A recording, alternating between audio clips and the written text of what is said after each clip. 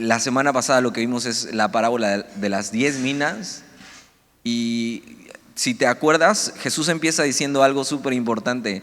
En el capítulo 19, versículo 11, dice: oyendo ellos estas cosas, prosiguió Jesús y dijo una parábola, por cuanto estaba cerca de Jerusalén, y ellos pensaban que el reino de Dios se manifestaría inmediatamente. Entonces lo primero que vimos es que Jesús sabía qué era lo que ellos pensaban. Sabían que todo este mensaje que habían estado hablando acerca del reino de los cielos, del reino de Dios, sabía Jesús que no habían entendido completamente, que sus anhelos estaban todavía en esta tierra, que no tenían una perspectiva eterna acerca de lo que Jesús iba a hacer, y estaban a punto de llegar a Jerusalén. Y Jesús quiere dejar con esta parábola, algo muy claro acerca de que hay cosas más importantes que ponernos a pensar acerca de un reino que no es de este mundo. Un reino que Jesús ha prometido regresar como rey, pero mientras nosotros somos mensajeros de este reino, y hay muchas cosas por hacer, y hay cosas en que ocupar tu vida mucho más importantes de las que tú crees. Realmente el evangelio, el mensaje de Jesús es tan importante que decidió dejarnos a nosotros para compartirlo de persona en persona. Es un mensaje que puede no solo cambiar una vida, sino cambiar tu destino eterno. Y Jesús pone esta responsabilidad en los suyos y decir: o sea, he puesto en ustedes esta mina, este tesoro de valor en sus manos, el evangelio. Algo tan preciado que no solo nos ha salvado a nosotros, sino puede salvar a otras personas. Algo tan preciado que vamos a ver que los discípulos que caminaban con él estuvieron dispuestos a entregar su vida, literal.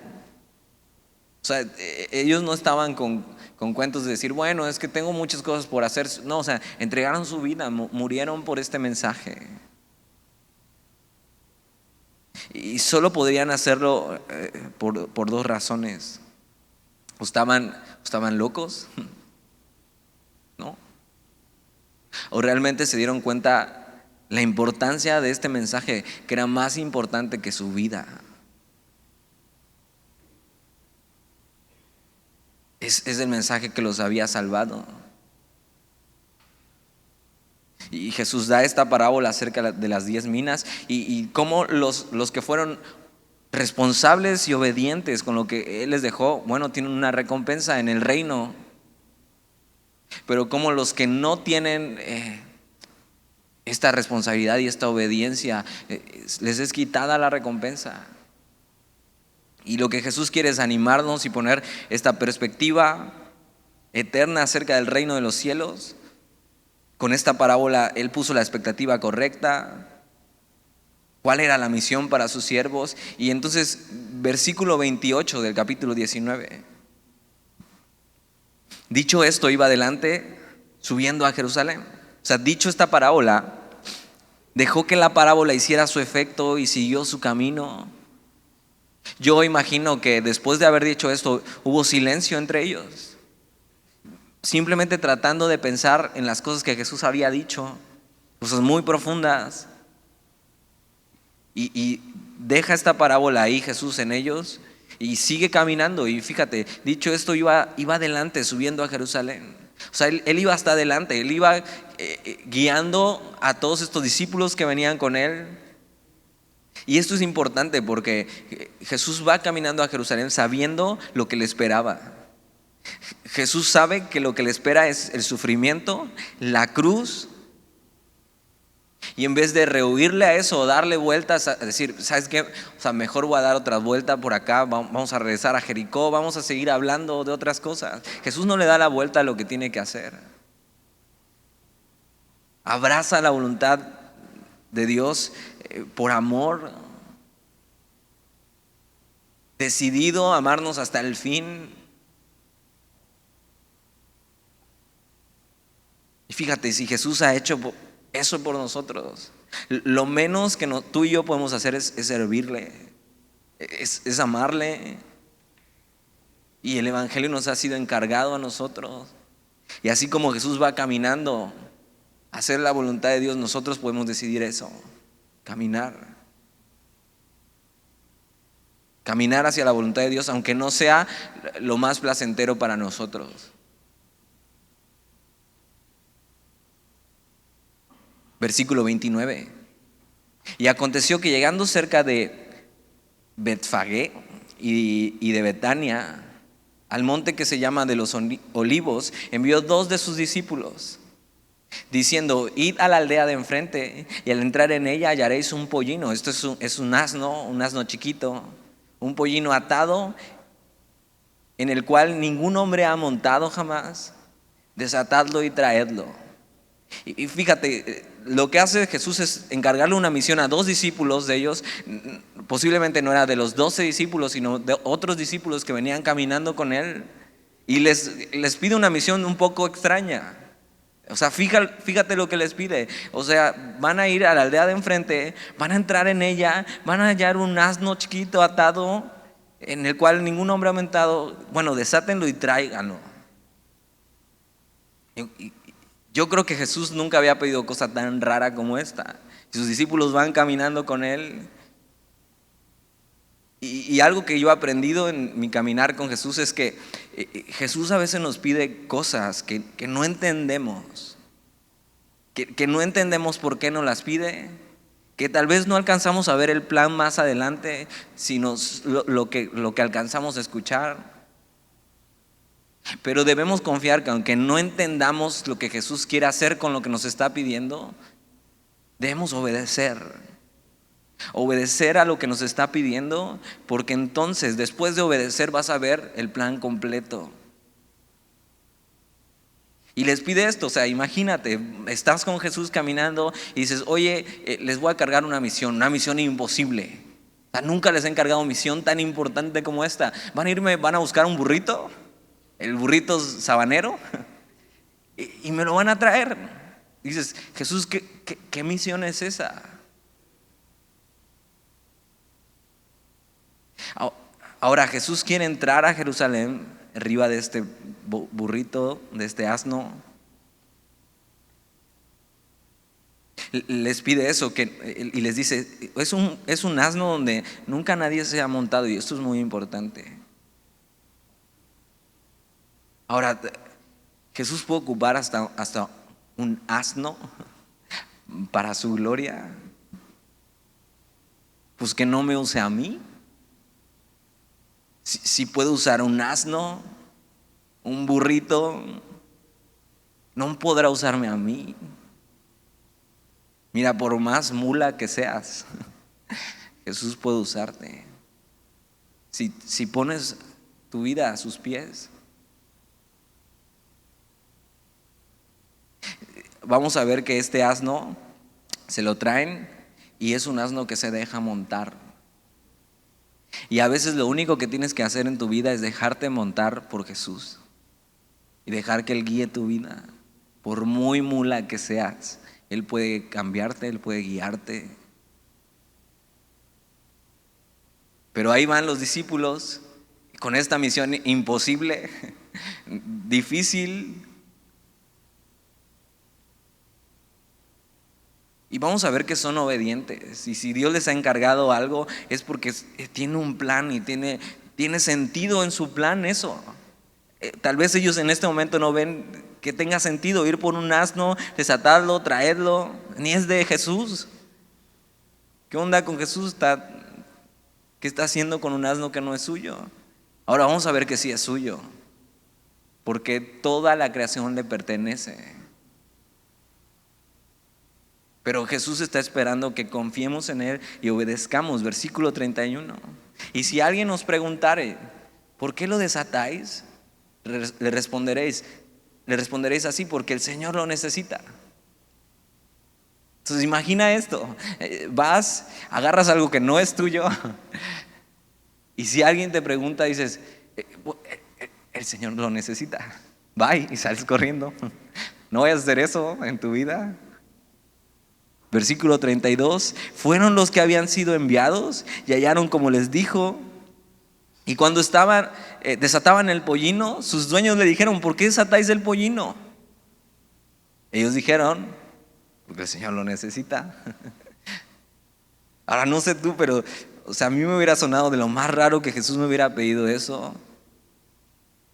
Si hubiera dicho, o sea, qué oso que los dueños me digan: ¿a dónde llevas eso que no es tuyo? Y yo decirles: el Señor lo necesita.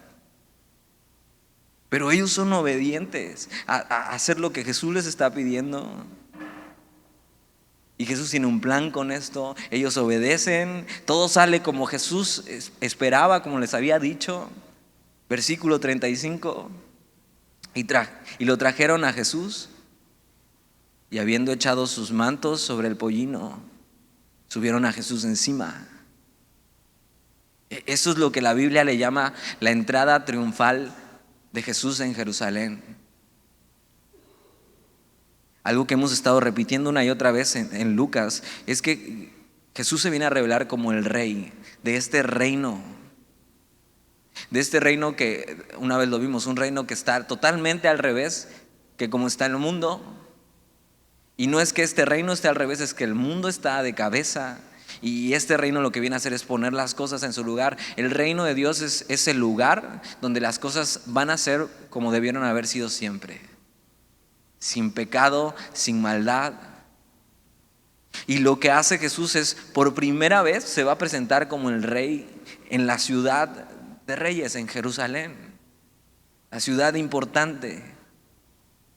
Y lo que vemos es que Jesús va a entrar encima de un pollino, de un asno, de un burrito.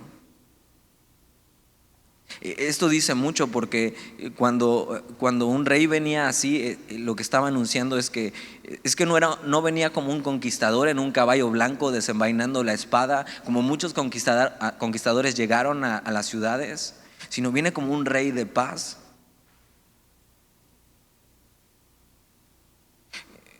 Un Mesías, un rey humilde,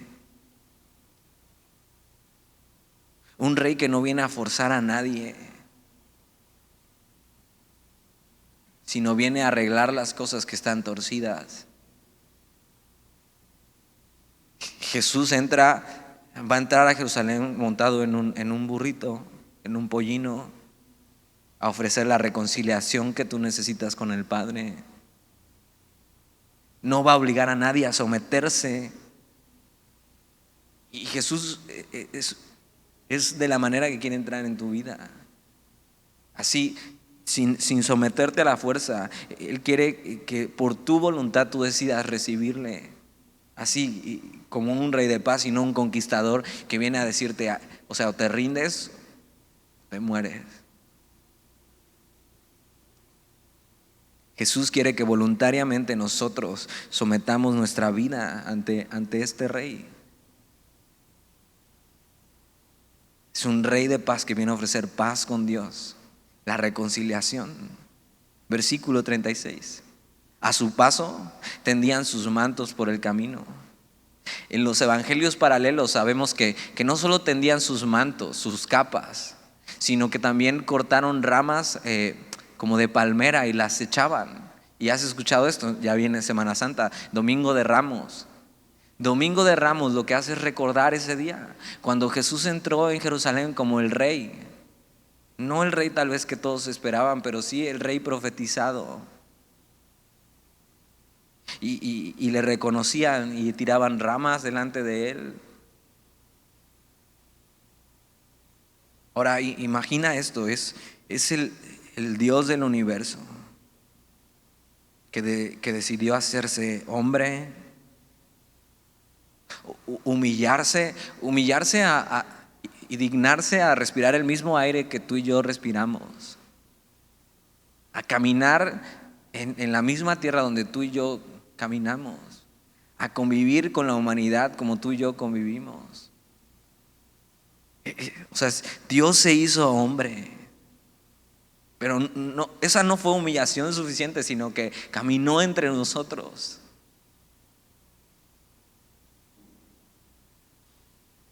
Y se presentó como un rey que venía a ofrecernos paz, paz a los enemigos.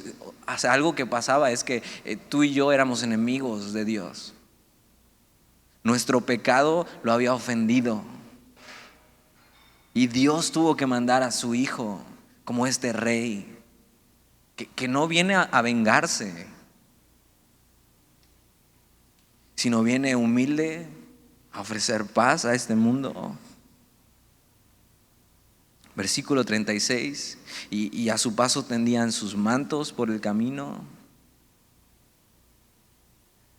Jesús está entrando en este asno y es un rey que no tiene una corte real, que no entra con símbolos de poder y haciendo notar su gran poder, sino que vamos a ver que solo entra con cantos y con ramas de palma. Versículo 37. Cuando llegaban ya cerca de la bajada del monte de los olivos, toda la multitud de los discípulos, gozándose, comenzó a alabar a Dios a grandes voces por todas las maravillas que había visto. Tal vez tú y yo no alcanzamos a entender históricamente lo que ellos sentían en ese momento. Toda la Biblia, todo el Antiguo Testamento está profetizando este momento. Dios va a mandar un rey, un Mesías que los va a salvar, que va a salvar a su pueblo. Se supone que este era el día más esperado para los judíos, esperar que Dios mandara a su rey para librarlos.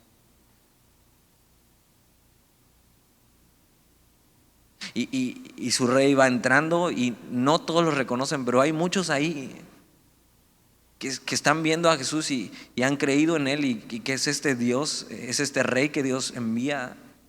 Y por eso toda la multitud de los discípulos, gozándose, comenzó a alabar a Dios a grandes voces por todas las maravillas que habían visto. Ellos lo que están viendo es su esperanza, caminar y entrar hacia Jerusalén. Y con corazones llenos de gozo, ver la promesa de Dios cumplida. Y esto de que a grandes voces por todas las maravillas que habían visto, refiriéndose a los milagros que hemos visto que Jesús ha hecho. Ellos vieron cuando Jesús resucitó a Lázaro, ellos vieron cuando Jesús sanó a Bartimeo el ciego. O sea, nadie les había contado. O sea, ellos lo vieron con sus propios ojos y decían, este es el que Dios envió. Sus corazones se llenaron de esperanza, sabiendo que ellos podían ser libertados. A pesar de todo lo que va a pasar adelante, por un momento su corazón se llenó de esperanza al saber que su rey libertador había llegado. Y ellos alaban a Dios por enviar a su Mesías, por las cosas que han visto. Versículo 38, diciendo, bendito el rey que viene en el nombre del Señor. Paz en el cielo y gloria en las alturas. Y esto es algo que le llaman los judíos el Halel. Es un canto mesiánico que es extraído del Salmo 118. Y es recordando que Dios había anunciado su Mesías. Y este es el Mesías esperado, aunque muchos no lo esperaban. Pero están cantando, bendito el rey que viene. Esto es increíble. Dios envió a su Hijo. Jesús descendió del cielo para traernos paz. Algo que no puedes comprar con nada. Algo que no puedes llenar con cualquier cosa externa en este mundo. Algo que ni siquiera la persona más importante para ti te puede dar. Paz. Y ellos diciendo, bendito el rey que viene en el nombre del Señor, paz en el cielo y gloria en las alturas. Esto es un clamor de triunfo, una proclamación pública de Jesús como el rey.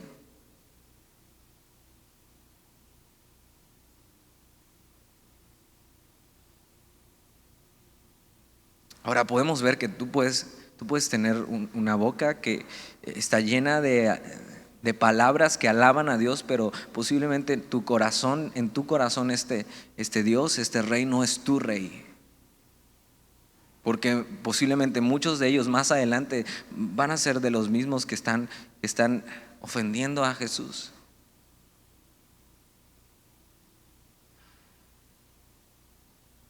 Y ellos esperaban esto, esperaban que Jesús se presentara como el rey. Y ahora sus corazones están llenos de gozo por ver que Jesús es este rey. Versículo 39. Entonces algunos de los fariseos de entre la multitud le dijeron: Maestro, reprende a tus discípulos. Lo que está pasando es que si hasta ahora has estado estudiando con nosotros Lucas, hasta ahora Jesús nunca había dicho que Él era el Mesías. Nunca lo había reconocido públicamente.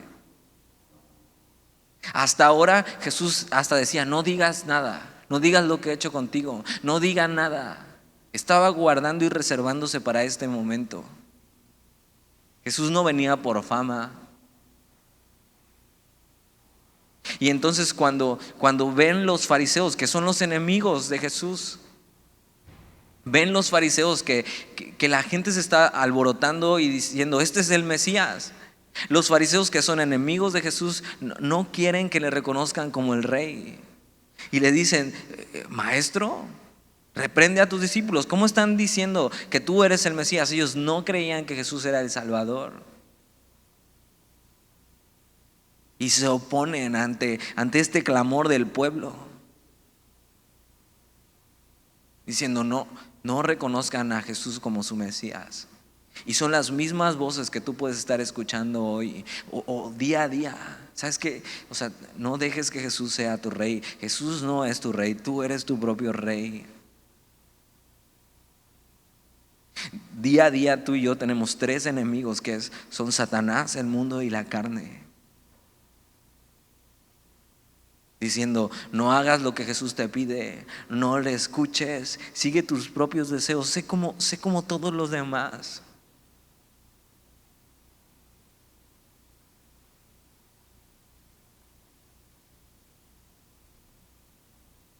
Se oponen para que Jesús no sea el rey sobre ellos. Pero este es un día especial, versículo 40. Él respondiendo les dijo: os digo que si estos callaran, o sea, mis discípulos callaran, las piedras clamarían. Este día es un día especial, es el día que estaba agendado en la agenda de Dios, que Jesús fuera reconocido como rey ante Jerusalén. Estaba marcado ahí la entrada triunfal de Jesús. Un día donde públicamente sería adorado y reconocido como el Mesías. Y Jesús está diciendo: es imposible que callen, porque si callaran, la creación cantaría. Este es el día. Una parte que dice el Salmo 118, de donde está extraído, dice que este es el día que hizo el Señor. Este es el día de su salvación. Este es el día donde Jesús es manifestado como el Mesías. Y este es el día que Jesús puede salvarte. Cuando ves que Él es el Mesías prometido, quien puede salvar tu alma, que puede darte paz. Este es el día que hizo el Señor. Este era el día que había hecho el Señor para que ellos vieran que Jesús era quien estaban esperando. Versículo 41. Y cuando llegó cerca de la ciudad, Jesús viene en el burrito montado, vienen haciendo alabanzas, tirando mantos, las ramas. Esto está profetizado en Zacarías 9:9. Pero Jesús sabe que esta adoración es solo momentánea. Sabe que no va a ser como Él esperaba. Sabe que desgraciadamente la gente no va a reconocerle realmente quién es. Y cuando llegó cerca de la ciudad, al verla, lloró sobre ella. Imagínate, es la primera vez que a Jesús le están reconociendo como el Mesías, como el Rey, como quien es Él. Y Jesús va en el pollino montado, caminando, y llega hasta un lugar donde puede ver la ciudad, Jerusalén. Pero Jesús sabe lo que sigue en la agenda de Dios. Sabe que aún tiene que ser entregado y que morir. Y al ver esta ciudad, lloró sobre ella. Eso es, Jesús rompió en llanto. ¿Alguna vez has hecho eso? O sea, ¿alguna vez has visto algo y te ha conmovido tanto que simplemente has empezado a sollozar y no puedes parar de llorar? Jesús está viendo la ciudad y está conmovido, o sea, no puede creer lo que viene. Jesús rompe en llanto porque tiene un corazón que está roto por lo que viene. Jesús tiene un corazón tierno. Jesús es un rey que se duele, porque es un rey que te ama y es un rey que quiere tu bien eterno. Y cuando ve la ciudad, él ya sabe que lo van a rechazar. Y cuando ve tu vida y él ve que vas a decidir rechazarlo en áreas de tu vida, que vas a decidir tener tiempos donde no vas a querer caminar con él, donde es más, tal vez ya le has rechazado y nunca lo has recibido en tu vida. O sea, él lo que hace es como verse diciendo, no puede ser. Jesús tiene un amor que sufre porque no quieres lo que es mejor para ti. Versículo 42. Y fíjate, Jesús está llorando y diciendo, oh, si también tú conocieses, a lo menos en este tu día, lo que es para tu paz. Jesús está rompiendo a llorar, está roto en llanto. Ve la ciudad, dice, si supieras Jerusalén, lo que es para tu bien, lo que es para tu paz, si supieras qué es lo que te conviene.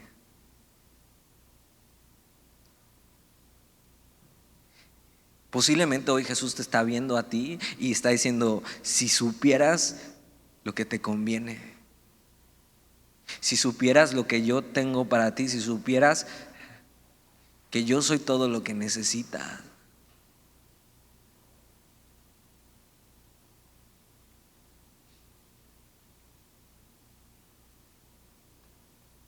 Si supieras lo que Dios haría en tu vida si se la entregara.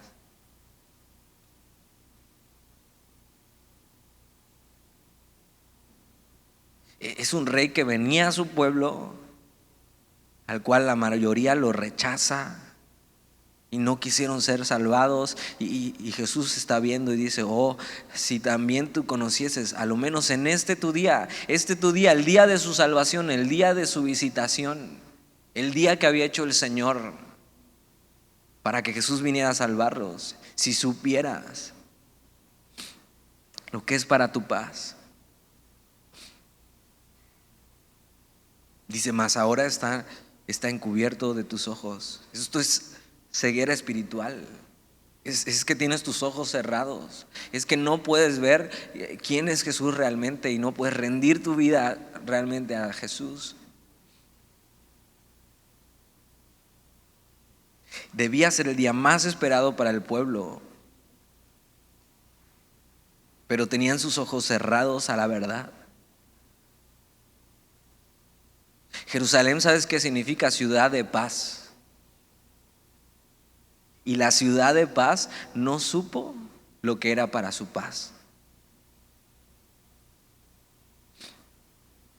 ¿Cuántas cosas son para tu bien y no las has querido? ¿Cuántas cosas Jesús tenía para ti y eran para tu bien y simplemente las rechazaste por no esperar, por hacer lo que tú querías? Por adelantarte a los tiempos.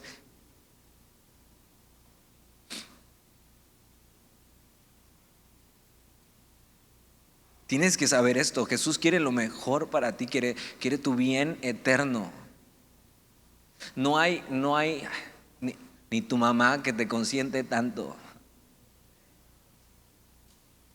No hay persona en el mundo que quiera más lo mejor para ti que Jesús. Si tan solo entendiéramos eso y rindiéramos nuestra vida.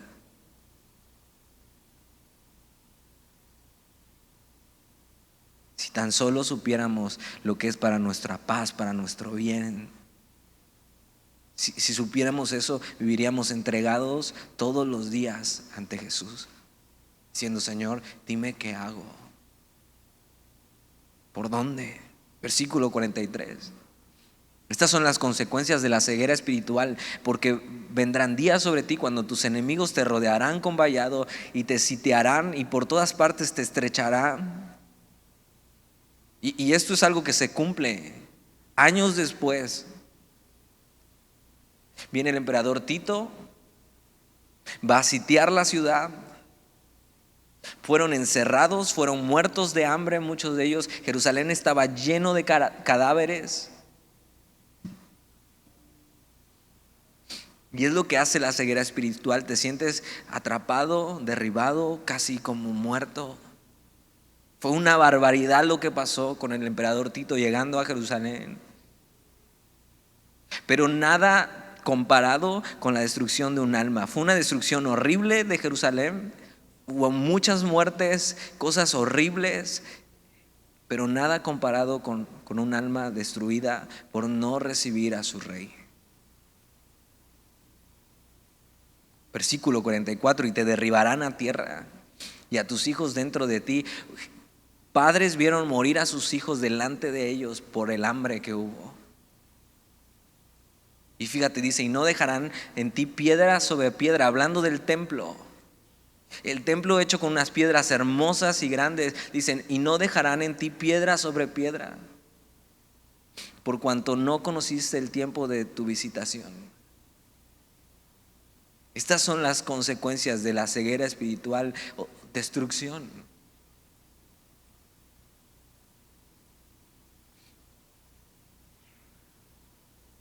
Realmente Jerusalén no reconoció a su rey. Le recibieron como un rey, pero le rechazaron. Entró a esta ciudad para ser tratado no como un rey, sino como el peor de los pecadores.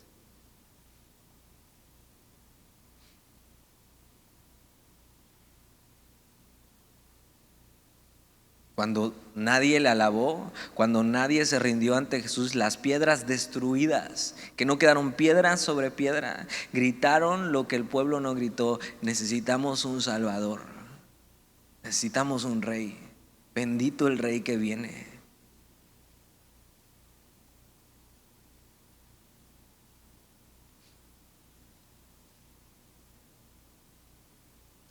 Este es Jesús y así nos ama y así nos amó. Versículo 45. Y entrando en el templo comenzó a echar fuera a todos los que vendían y compraban en él. Hay algo que pasaba en el templo y era que se había vuelto un negocio. El templo era para que tú fueras a adorar a Dios y llevabas un sacrificio, y venía la Pascua, y lo que había pasado es que ya no tenías que traer tu sacrificio. Algo que tenías que pasar era que tú convivías con el sacrificio por un tiempo, después imponías tus manos sobre él, pasabas tus pecados a él, y entonces él era muerto por tus pecados. Y ahora se había perdido eso, porque tú llegabas al templo y ahí comprabas tu sacrificio express, lo degollaban y ya era algo impersonal, ya no tenías nada que ver con Dios, era hacerlo por hacer. Y Jesús, entrando en el templo, comenzó a echar fuera a todos los que vendían y compraban en él. Estaban abusando de la casa de Dios. Y viene Jesús y lo que quiere es limpiar su casa y echar fuera todo. Y esto me hacía pensar cuántas cosas Jesús tiene que echar fuera de nuestra casa. Sabemos que hoy Dios no habita en templos hechos de piedra o de madera, sino en nosotros. ¿Cuántas cosas Jesús tiene que echar fuera de tu vida que están estorbando tu relación con Dios? Que se ha vuelto como un mercado. Versículo 46, diciéndoles: escrito está: mi casa Su casa, mi casa es casa de oración, mas vosotros la habéis hecho cueva de ladrones. O sea, imagínate, estaban en la parte que era para los gentiles, en el atrio de los gentiles, donde los gentiles que no eran del pueblo judío podían acercarse a Dios, y lo que ellos estaban haciendo era evitar que los gentiles se acercaran a Dios, y habían hecho de esto un negocio. O sea, era un Tepito jarocho ahí afuera.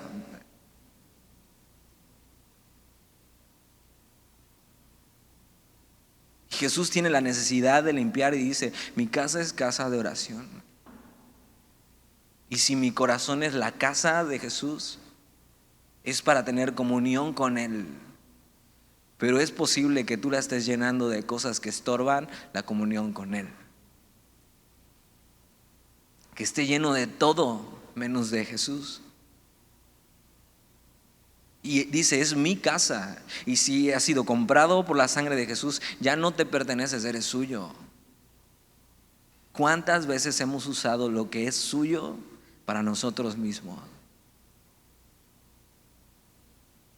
¿Cómo estás usando lo que Él te ha dado? Su casa. Habían hecho un negocio de lo santo, habían distorsionado la relación con Dios y habían impedido acercarse a los demás. Versículo 47: y enseñaba cada día en el templo, pero los principales sacerdotes, los escribas y los principales del pueblo procuraban matarle. Y no hallaban nada que pudieran hacerle, porque todo el pueblo estaba en suspenso oyéndole. Todavía queda una semana más para Jesús antes de su muerte. Jesús entra a Jerusalén como un rey, ve lo que viene para Jerusalén por no arrepentirse, la destrucción que viene, y se conmueve y rompe a llorar y exclama: si supiera lo que es para tu bien. Y ahora está enseñando en el templo, limpiando el templo. Es una sombra solo de lo que viene. Jesús va a venir y va a tener que morir para poder ser rey en nuestros corazones y para poder limpiarnos por completo. Y Jesús está hablando a ellos y sus corazones están como colgando de las palabras de Jesús. Estos mismos que escuchan posiblemente después van a sentenciar a Jesús a su muerte. Por eso tú puedes venir y escuchar claramente todo mi mensaje, todo mi choro, pero no solo se trata de escuchar con atención, sino de que Jesús sea rey sobre tu vida. Que realmente no solo de labios le reconozcas, sino que realmente sepas lo que es para tu bien. Y realmente le recibas en tu vida y sea Él quien gobierne cada paso de tu vida, sabiendo que Jesús lo que quiere para ti es lo mejor, tu bien eterno. ¿Oramos? Señor, y te damos gracias por tu palabra. Señor, tan solo pensar en que viniste a este mundo, o sea, no cabe en mi cabeza. Saber que pisaste la misma tierra, respiraste el mismo aire, con la única intención de amarme y de salvarme. Con la única intención de hacer lo que más convenía para mi vida.